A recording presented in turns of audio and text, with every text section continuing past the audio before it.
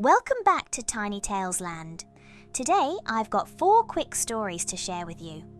Each one is about a different friend and the big things they learn through small everyday moments. Have you ever wanted to help someone even when it cost you something, or had an idea that nobody else believed in? Well, let's begin with Beatrice. She runs the coziest little shop in the village, but today someone walks in who cannot pay. What will she do? Let's find out in the first story called Beatrice and the Empty Shelf. Beatrice was stacking books when a young mouse tiptoed in. She clutched a wrinkled pouch and pointed to a book filled with stars. Her voice was quiet. "Do I have enough for this one?"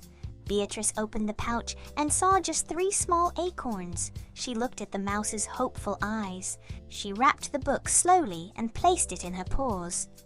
"This one is for you." The next morning, the mouse returned with a hand-drawn picture of the story. Beatrice smiled. Generosity was not about what you gave away. It was about what you shared with love. Beatrice gave from the heart. Now let's meet someone who builds from the imagination. What happens when Ahmed tries something no one else has ever done? In Ahmed and the Reverse Wheel Racer, Ahmed watched the racers zoom past. All of them moved forward fast and proud. But he scratched his head. What if one could race in reverse? He drew plans and gathered scraps. Everyone laughed. That will never work. Ahmed kept going. He bolted wheels backward and flipped the frame. The first test failed. So did the second. On the third try, the cart rolled back smooth and steady.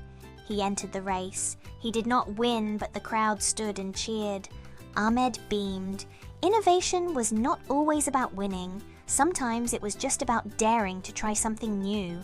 Ahmed showed us that thinking differently can lead to something amazing. But what happens when you start doubting yourself? Let's follow Lyria into a cave where a quiet voice starts to whisper, "In Lyria and the echo of doubt." Lyria stepped into the glowing cave. It was quiet except for one sound.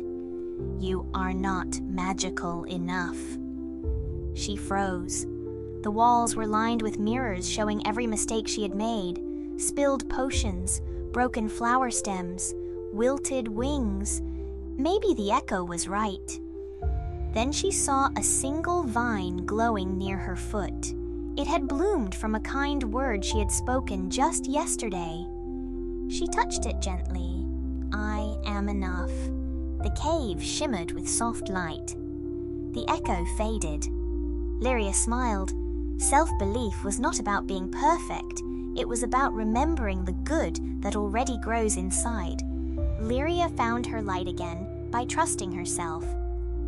But what if things do not go to plan at all? Let's see how Astra handles the unexpected when everything suddenly goes dark. Astra and the Firefly Festival mishap. Astra buzzed through the sky, placing lanterns for the Firefly Festival. Each one glowed just right. Everything was ready. Then dark clouds rolled in, rain poured down, every single light went out. She landed hard. It is ruined. But as the raindrops slowed, she looked up. Her wings flickered. Then an idea sparked.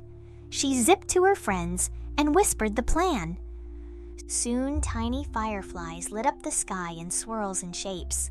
The crowd below clapped and cheered. Astra beamed. The night was even better than before. Adaptability turned the storm into something beautiful. Astra showed us that change is not the end. It is the chance to try something new. Lyria fluttered awake and stretched her wings. Something felt wrong. She looked down and gasped. Her glow was gone. She spun in circles. She leapt into the air. Nothing. Her light had vanished. She hid behind a tree. Without her glow, would anyone still see her as special? A tiny firefly flickered nearby, lost in the darkness. Lyria cupped her hands and guided it home. As it blinked with joy, warmth spread through her chest. A soft shimmer returned to her wings. She smiled. Her glow was never just light. It was the kindness inside her. Lyria found her confidence again. But what about patience? Let's visit Barnaby, who has a big mess to fix. Barnaby opened his shop and froze. His ledger was a disaster. Numbers were everywhere. Pages were out of order. He could not tell what was in stock. The shop would open soon, and he had no time to lose. He flipped through the pages quickly. His paws smudged the ink. It only got worse. He huffed and set the ledger down. Rushing would not fix this. Taking a deep breath, he sorted the pages one by one. Slowly, the numbers made sense again. Just as the first customers arrived, his ledger was perfect. Patience had saved the day. Barnaby learned that slow and steady gets the job done. But what happens when someone takes something that does not belong to them? Let's float over to Puffy and see what he has done. Puffy whirled through the sky, spinning and twisting in the strongest wind he had ever felt. He laughed as he soared higher and faster. This was the best breeze ever. A deep voice rumbled below. Alderwise the oak called to him, "That wind belongs to the forest. It is not yours to take." Puffy ignored him and kept playing. Then the air suddenly stopped. He wobbled and drifted down, too light to float without the breeze. He hurried back to Alderwise and returned the wind with an apology. Respect meant listening and thinking about others before himself. Puffy learned that taking without asking is never the right choice. But what about remembering the things that matter most? Let's visit Jasper as he uncovers a forgotten treasure. Jasper sat at his desk, sorting old papers, when a small feather slipped from a book. He picked it up and turned it in his claws. It was worn and faded. He could not remember why he had kept it. He almost tossed it away, but something stopped him. He closed his eyes and thought. Then he remembered. It was from Max, given to him on the day he first learned to fly. A gift of friendship and trust. Jasper placed the feather in a special frame. Gratitude was about cherishing the little things that hold big meaning. Jasper learned that even the smallest things can carry the biggest memories. Did you enjoy today's stories? Give a thumbs up for Jasper and all his friends in Tiny Tales Land. Make sure to subscribe for more adventures. See you next time.